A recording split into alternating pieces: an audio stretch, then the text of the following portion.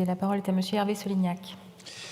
Merci Madame la Présidente. Monsieur le Ministre, en 2023, en Ardèche, on a célébré un anniversaire peu commun, la fin du service public de transport, puisqu'en effet, c'est au mois d'août 1973 que les trains de voyageurs ont quitté l'Ardèche et je suis venu vous demander leur retour.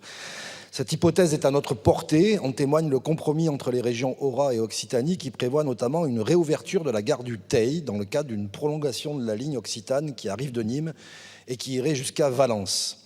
Les financements sont prêts, la gare existe et pourtant le projet ne cesse d'être reporté. Après des négociations financières difficiles, c'est désormais l'autorité environnementale qui retarde cette opération en exigeant une étude 4 saisons sur l'ensemble de la rive droite.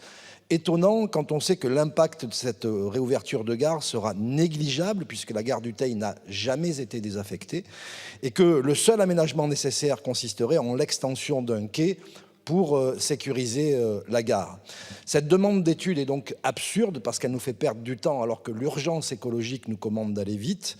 Cette étude est surtout absurde parce que les trains sont là, ils arrivent en gare du Teil, se retournent et repartent à vide sans que les Ardéchois ne puissent monter à bord.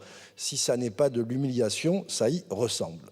L'État peut aujourd'hui reprendre la main sur ce dossier, rouvrir très facilement la gare du Teil et mettre en œuvre le protocole d'accord signé par la région Auras et la SNCF en 2020 pour une réouverture jusqu'à Romans-sur-Isère avec la desserte d'au moins 3 gares ardéchoises, le Teil, Cruas et le Pouzin.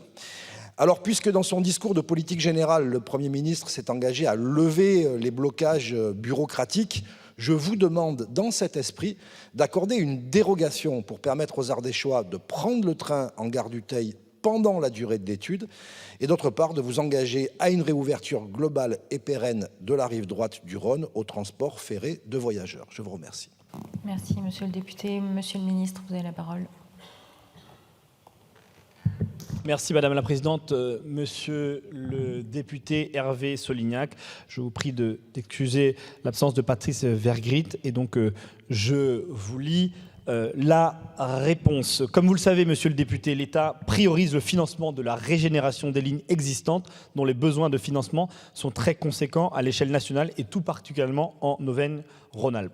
Les études concernant le projet de réouverture de la ligne de la rive droite du Rhône en Auvergne-Rhône-Alpes, incluant la réouverture de 3 gares en Ardèche, dont celle du Teil, pourraient relever d'un financement par la région qui, en tant qu'autorité organisatrice du TER, doit décider si elle envisage une desserte TER. Une telle étude devrait tenir compte de l'importance majeure de cette ligne pour le fret ferroviaire. Après la mise en service de la première phase en Occitanie fin août 2022, la gare du Teil n'est utilisée que comme point de retournement des trains en l'absence d'aménagement ad hoc de la gare. En effet, la ligne et les gares ne sont aujourd'hui pas sécurisées pour le trafic de voyageurs. La desserte de cette gare suppose néanmoins que les aménagements nécessaires soient financés par les acteurs concernés en Auvergne-Rhône-Alpes et que les procédures réglementaires qui s'imposent au projet soient mises en œuvre.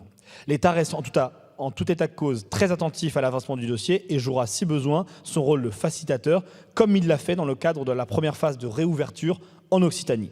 Cela a permis de gagner plus d'1 année sur la date de mise en service sans toutefois déroger aux impératifs environnementaux ou en matière de sécurité des passages à niveau notamment, que vous comprendrez parfaitement, monsieur le député. La décision de rouvrir une desserte voyageur de la gare du Teil depuis Nîmes à Avignon relèvera ensuite des décisions des régions, autorités organisatrices du TER, comme vous le savez.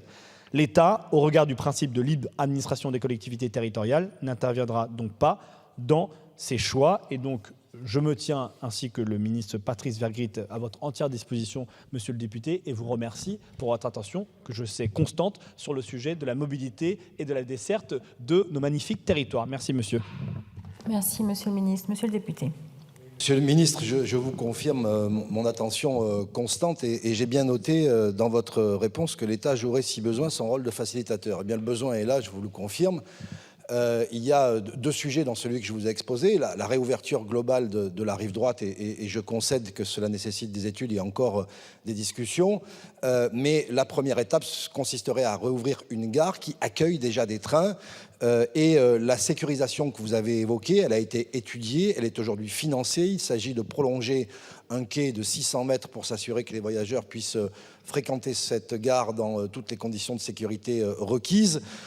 Or, c'est l'autorité environnementale qui, pour des raisons que personne ne comprend, exige une étude 4 saisons qui porte sur l'ensemble du sillon, alors qu'on demande simplement à permettre à des voyageurs de monter dans un train qui s'arrête chez eux. Voilà, donc oui, je vous le redis avec force conviction, je demande à ce que l'État joue son rôle de facilitateur, intervienne et rentre en discussion avec l'autorité environnementale. Il me semble quand même que ça n'est pas un interlocuteur compliqué à contacter s'agissant de l'État, et accorde ce qui a déjà été fait par ailleurs et dans le passé, une dérogation pour que les voyageurs puissent monter dans le train en gare du Teil pendant la durée de cette étude qu'encore une fois, personne ne comprend.